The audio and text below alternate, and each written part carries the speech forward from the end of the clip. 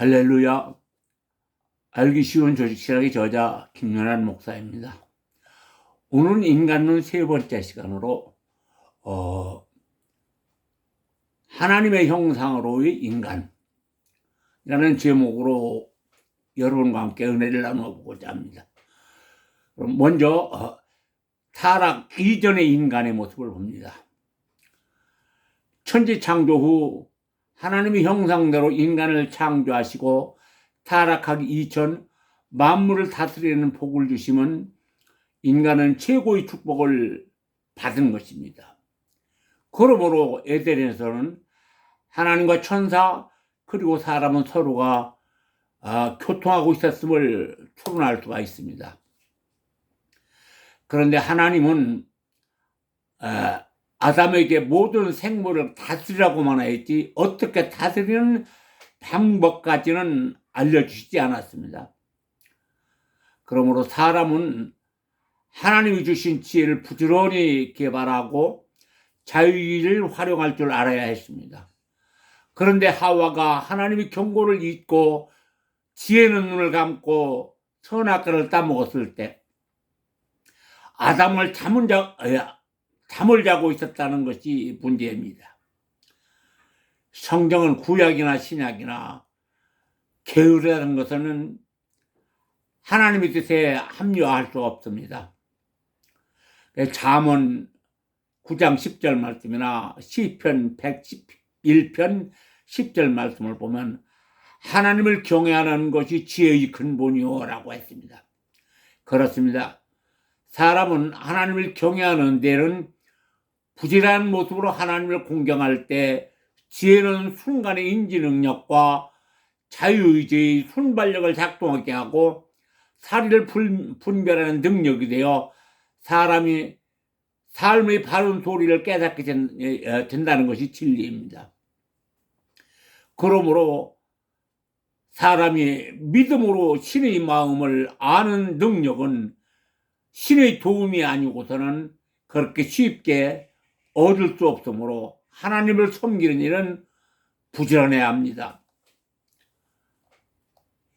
창세기 2장 19절 말씀을 보면 여호와 하나님이 흙으로 각종 들짐승과 공중의 각종 새를 지으시고 아담에게 어떻게 이름을 짓나 보시려고 그것들을 그에게로 이끌어 이르시니 아담이 각 생물들을 일컫는 바가 곧 그 이름이라.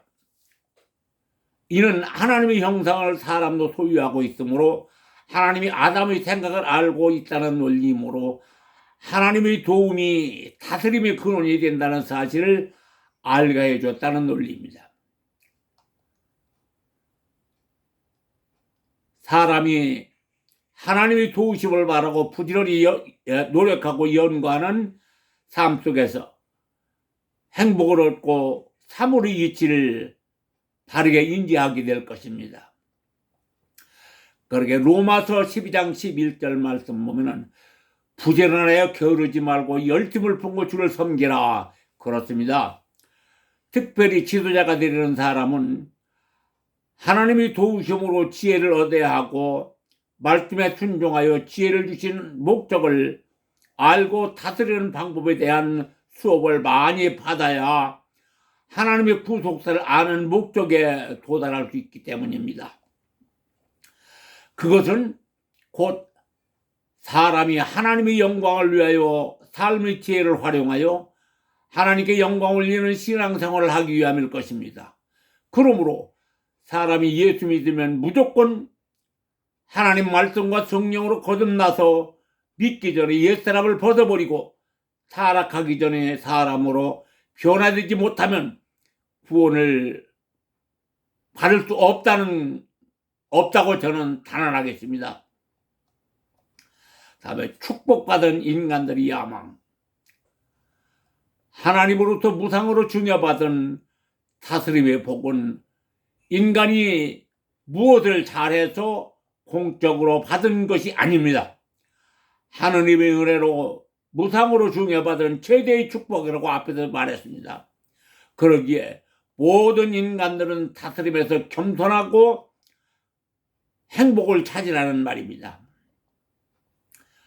처음 사람 아담은 외모는 천사의 모양이지만 그 영혼은 하나님의 형상이므로 땅에 살면서 하나님과 교통하며 모든 만물을 하나님의 뜻대로 다스리기며 살기에 편리하게 설계되어 만들어졌다는 사실을 유추할 수가 있습니다.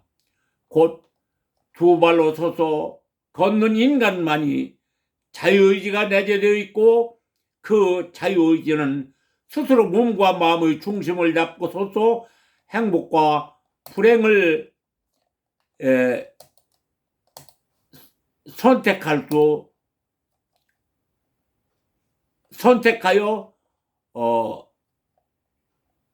만들어갈 수가 있지만 선택은 마음대로 할 수 없는 것입니다.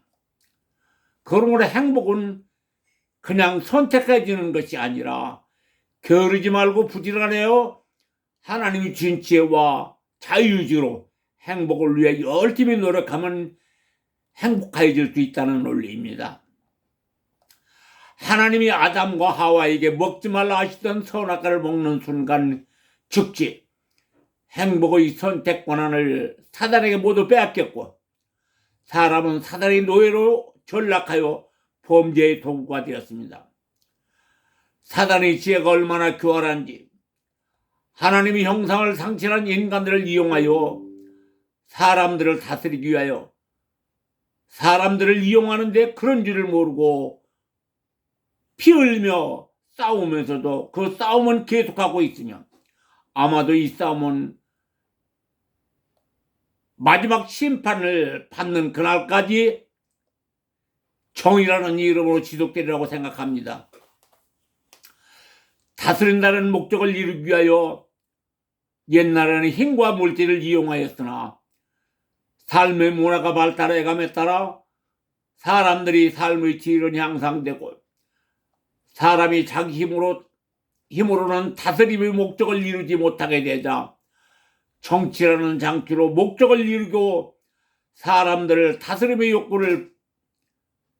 욕구불만을 대리만족으로 해소하면서 살아가고 있으나 사람의 탐욕을 충족시키지는 못했기 때문에 날마다 다투고 싸우는 것입니다.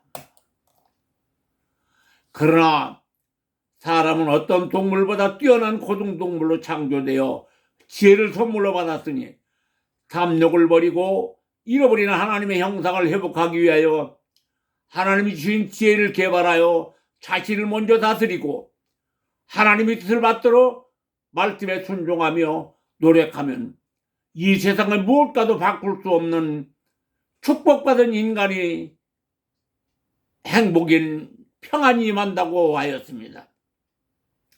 요한복음 14장 27절 말씀을 보면 내가 너희에게 평안을 끼치나니 나의 평안을 너희에게 주노라. 내가 주는 평안은 세상이 주는 평안과 같지 아니하므로 너희는 마음에 근심하지 마라 두려워하지 말라 하였습니다. 그런데 하나님의 형상을 상실한 인간들은 진리를 알고 자신의 처지에 맞게 살기보다는 무조건 많이 소유하려는 탐욕과 남을 다스리는 야망 때문에 싸움은 멈출 날이 없습니다. 다스림이란 힘으로만 되는 것이 아니라 진리를 아는 지혜로 먼저 자신을 다스리고 평화를 누리는 행복한 삶이어야 남을 다스릴 수 있습니다.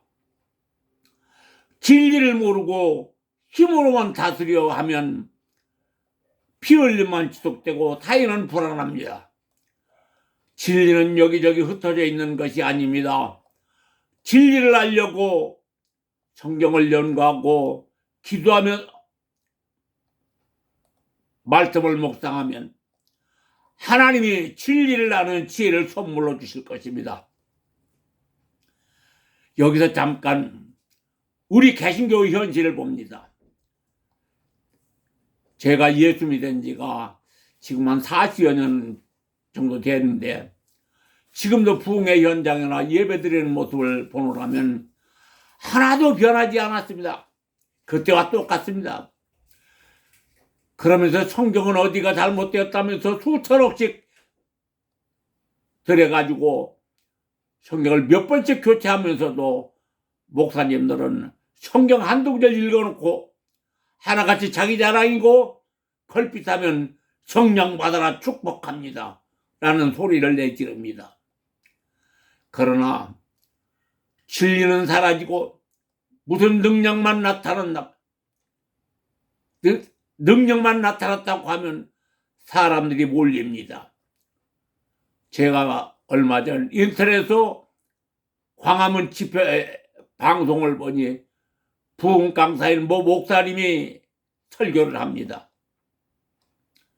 그러면서 지난주에는 서산에서 한 성도로부터 편지가 왔답니다.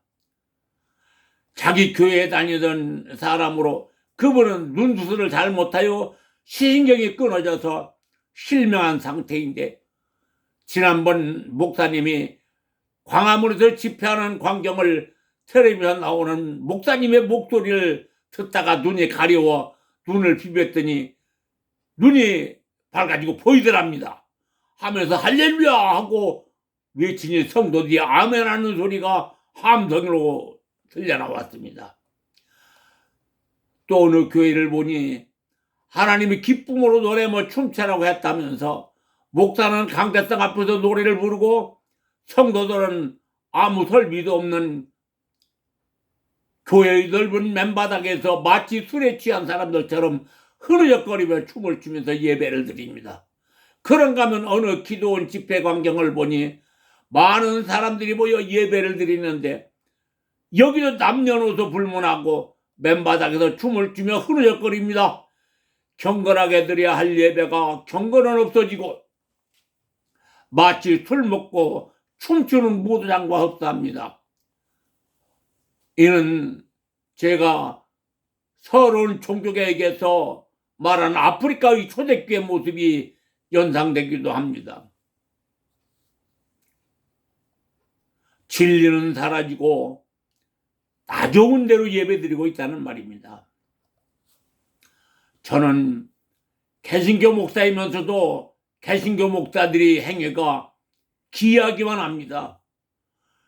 세상에 종교하면 자기들만이 교리가 분명하고 심지어 무당들에게도 구타는 경문이 따로 있는데 개신교 목사들은 교리를 모르는 목사들이 대다수입니다. 그러면서 성도들에게 교리는 몰라도 되니 성경만 많이 읽으면 된다고 합니다. 그러나 교리란 종교에서 신도가 반드시 지켜야 할 규례를 말합니다. 우리 개신교로 말하면 한마디로 천국 가는 길이 교리란 말입니다. 그러므로 교리를 모르고 눈에 보이는 신비주의나 기복신앙만으로는 절대로 구원받을 수가 없습니다. 그런가 하면 저 중동 지방을 봅니다.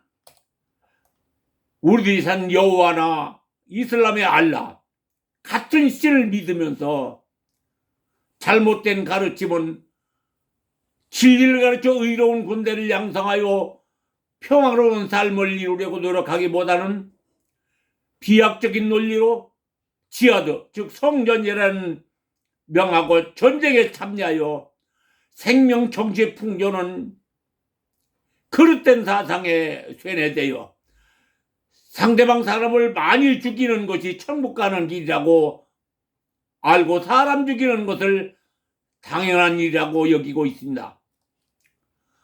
우리나라도 마찬가지입니다. 사상의 자유와 권리를 주장하지만 잘못된 사상은 편협된 논리로 불행을 자초합니다. 사상의 자유도 좋지만 편향된 이념은 자신의 일생은 물론 남의 인생까지 그르치기 때문입니다.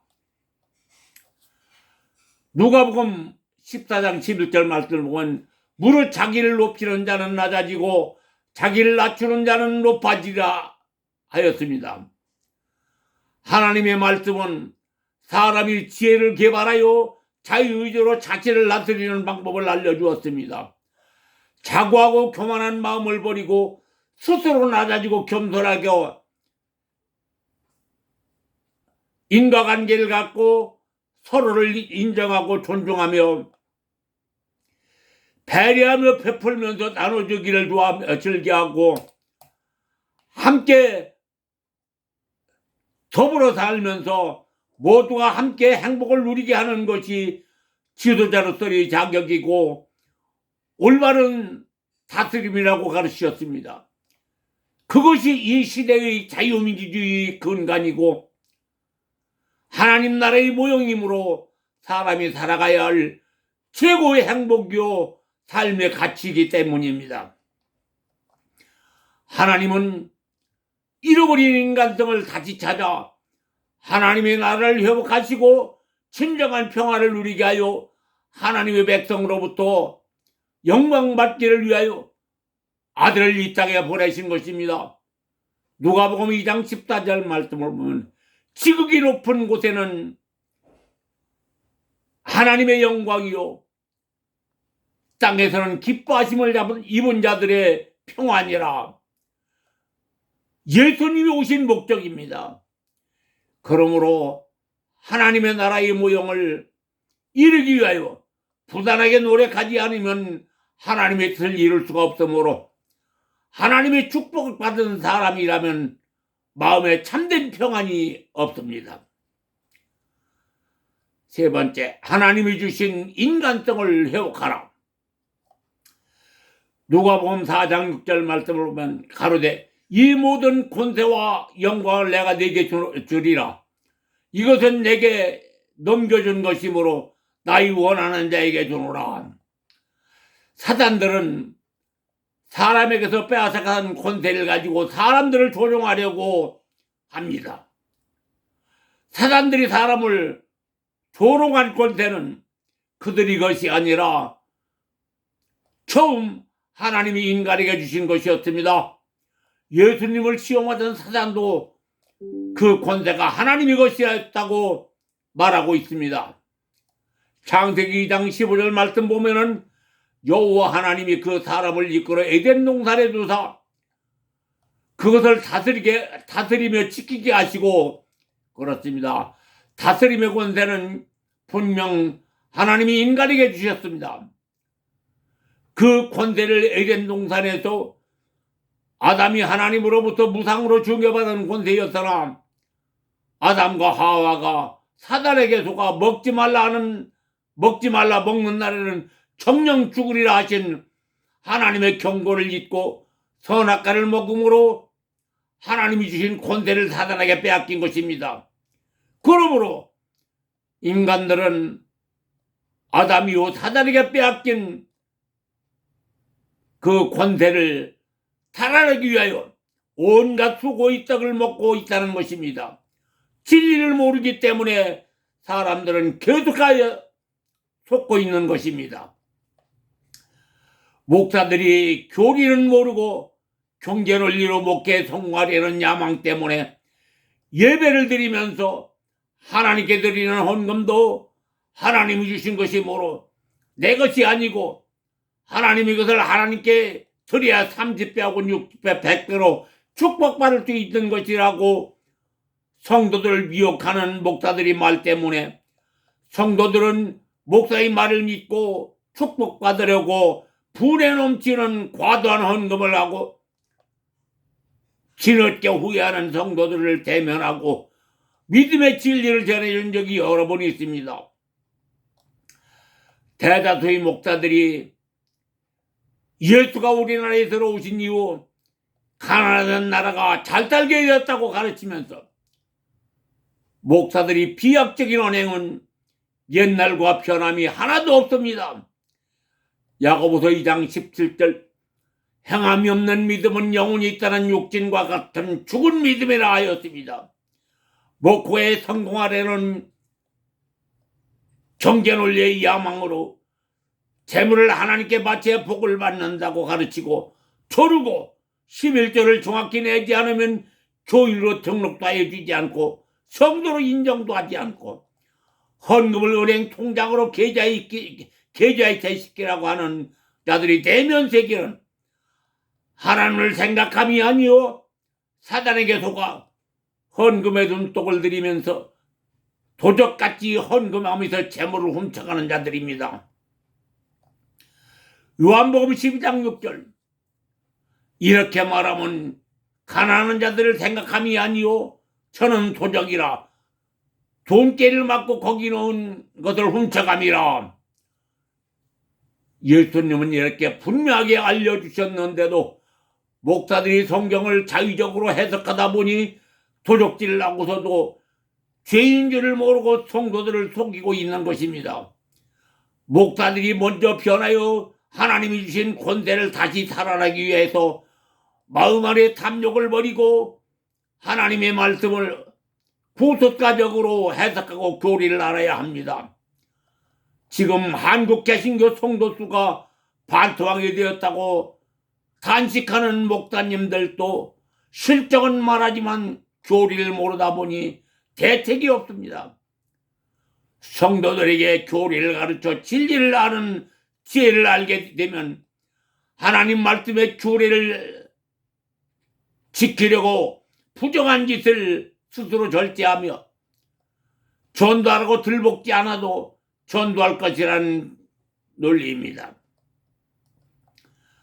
목사들이 교리를 제대로 알지 못하기 때문에 주관적으로 말씀을 해석하여 성도들의 비율을 맞추려는 설교를 하려다 보니 진리는 사라지고 목양지에서 말씀의 생수가 고갈되고 성도들이 신앙생활을 제대로 이해하지 못하니 신비주의나 기복신앙에 매달려 성도들이 게을러지고 신앙생활의 재미를 잃어 중도에 포기하는 것입니다. 요한복음 17장 3절 영생은 참 유일하신 하나님과 그 보내신 자 예수 그리스도를 아는 것이니이다 라고 하였습니다. 하나님의 말씀을 알고 믿는